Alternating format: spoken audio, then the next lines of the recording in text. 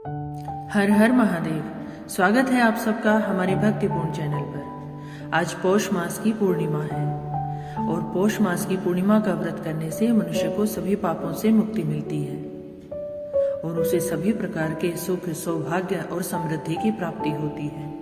मनुष्य की सभी मनोकामनाएं पूर्ण होती हैं। तो चलिए आज इस अद्भुत व्रत की कथा सुनते हैं।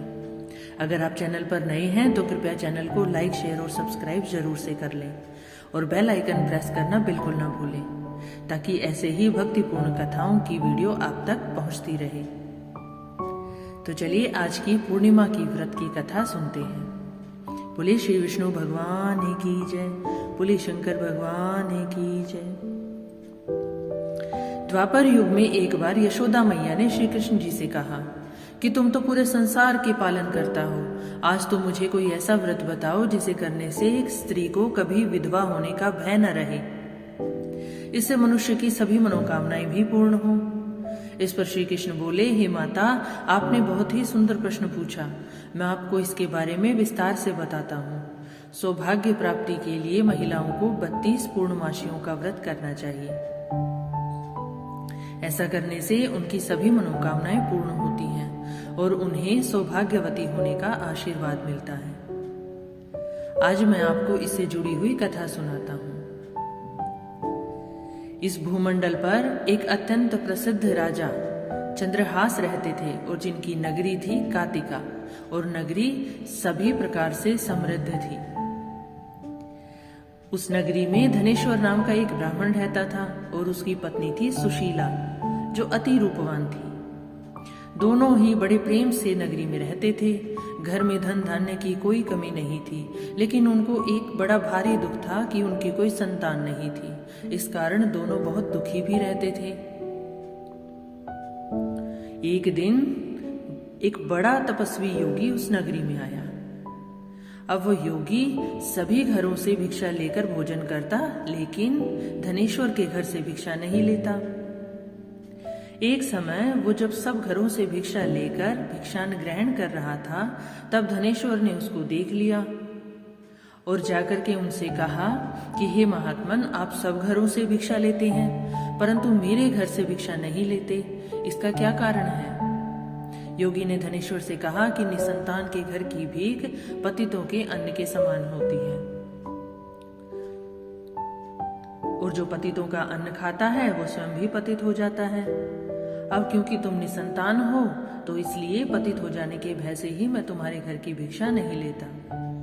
धनेश्वर को ये बात सुनकर बड़ा दुख हुआ और हाथ जोड़कर योगी के पैरों में गिर पड़ा और बड़े दुखी भाव से कहने लगा, हे महाराज, यदि ऐसा है तो आप मुझको पुत्र प्राप्ति का उपाय बताइए। आप तो सर्वज्ञ जान पड़ते हैं, मुझ पर अवश्य ही कृपा कीजिए। मेरे घर में किसी तरह की कोई कमी नहीं, परंतु पुत्र न होने के कारण मैं बहुत दुखी हूँ। आप मेरे दुख का हरण करें। इस पर योगी जी कहने लगे, हे ब्राह्मण, तुम चंडी देवी की आराधना करो। घर आकर उसने अपनी स्त्री से सब वृतांत कहा और स्वयं तप करने के लिए वन में चला गया। वन में जाकर उसने चंडी देवी की उपासना की और उपवास किया। चंडी देवी ने 16वें दिन उसको स्वप्न में दर्शन दिए और कहा, हे धनेश्वर, तुझे पुत्र होगा, परंतु वो 16 वर्ष की आयु में ही मृत्यु को प्राप्त हो जाएगा। लेकिन यदि तुम दोनों पति पत्नी 32 पूर्णमासियों का व्रत विधि पूर्वक करोगे तो वो दीर्घायु भी हो जाएगा। जितनी तुम्हारी सामर्थ्य हो उतने आटे के दिए बनाकर भगवान शंकर का पूजन करना और पूर्णमासी का व्रत रखना। प्रातःकाल होने पर तुम्हें इस स्थान पर एक आम का वृक्ष दिखाई देगा। उस पर चढ़कर एक फल तोड़कर शीघ्र अपने घर ले जाना। अपनी स्त्री से सब वृतांत सुनाना और जब भगवान शंकर का ध्यान करके वो इस फल को खा लेगी तब वो गर्भवती भी हो जाएगी।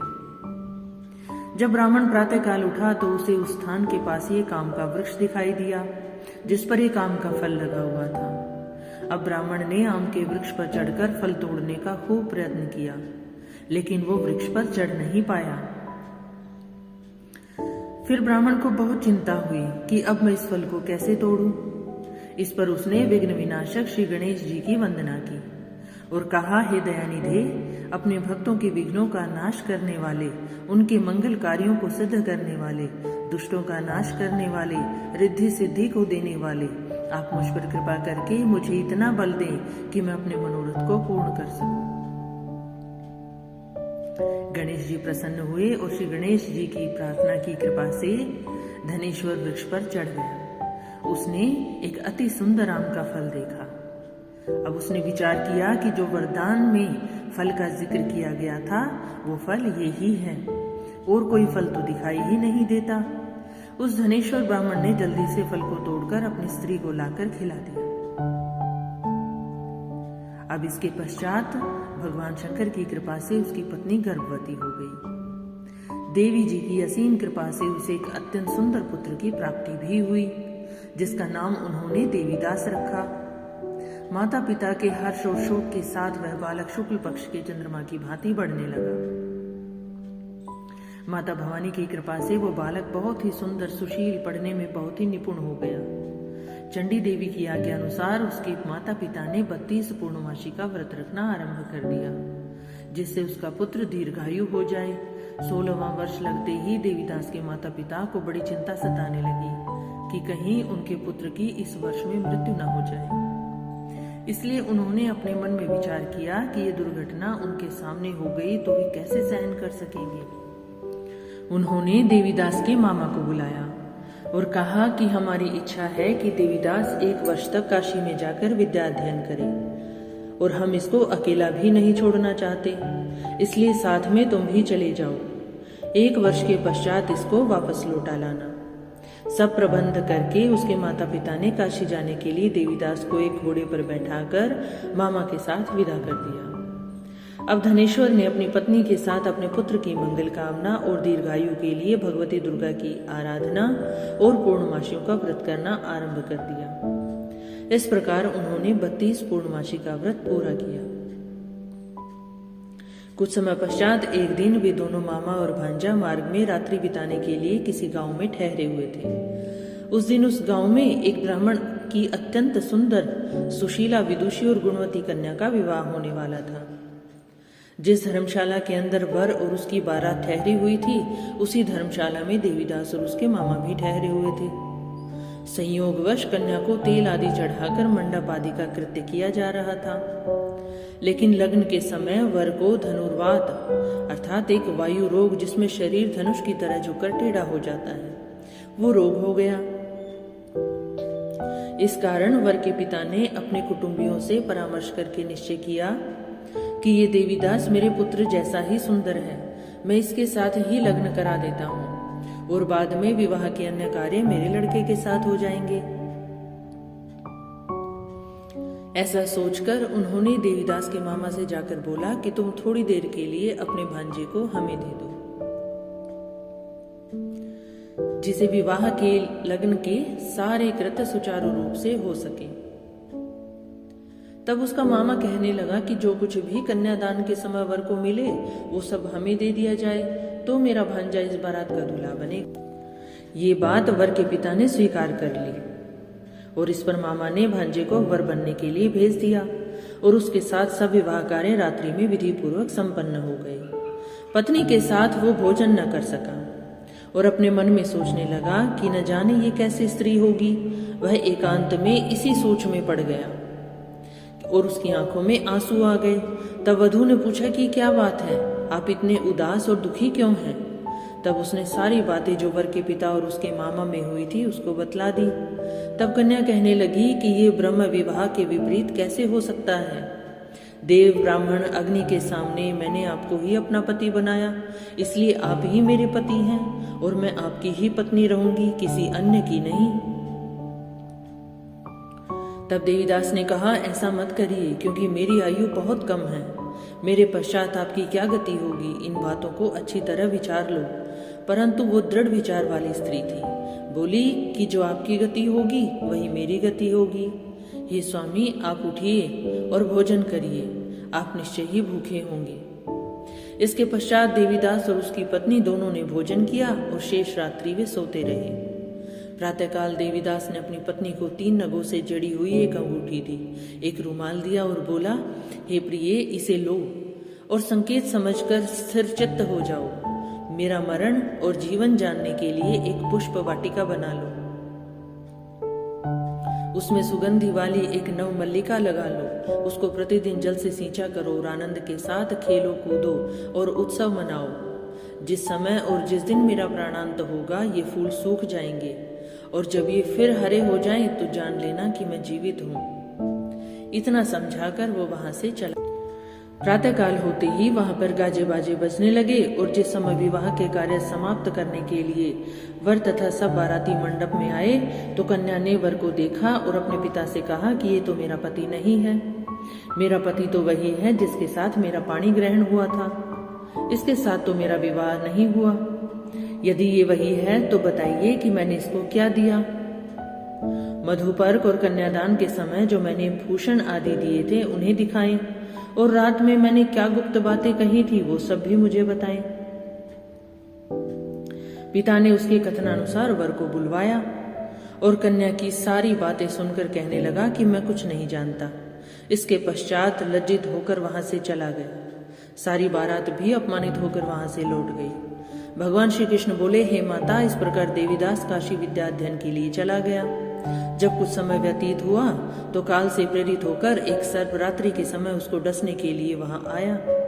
उस विषधर के प्रभाव से उसके शयन का स्थान चारों ओर से विष से विषैला हो गया, परंतु व्रत के प्रभाव से वह उसे काट नहीं पाया, क्योंकि पहले ही उसके माता पिता ने 32 पूर्णिमासी का व्रत आरंभ कर दिया था। इसके बाद मध्याह्न के समय स्वयं काल वहां आया और उसके शरीर से उसके प्राणों को निकालने का प्रयत्न करने लगा, जिससे वह मूर्छित होकर पृथ्वी पर गिर पड़ा। भगवान की कृपा से उसी समय पार्वती जी के साथ भगवान शंकर वहां आए। उसको मूर्छित दशा में देखकर पार्वती जी ने भगवान शंकर से प्रार्थना की, हे प्रभु, इस बालक की माता ने पहले 32 पूर्णमासी का व्रत किया, जिसके प्रभाव से हे भगवान आप इसको प्राण दान दें। भवानी के कहने पर भक्त वत्सल भगवान शंकर ने उन्हें प्राण दान दिया। इस व्रत के प्रभाव से काल को भी पीछे हटना पड़ा। देवीदास स्वस्थ होकर बैठ गया। उधर उसकी स्त्री उसके काल की प्रतीक्षा किया करती थी। जब उसने देखा कि पुष्प वाटिका में पत्र पुष्प कुछ भी नहीं रहे तो उसे अत्यंत आश्चर्य हुआ, और जब वैसे ही हरी भरी हो गई तो वो जान गई कि उसके पति जीवित हो गए हैं।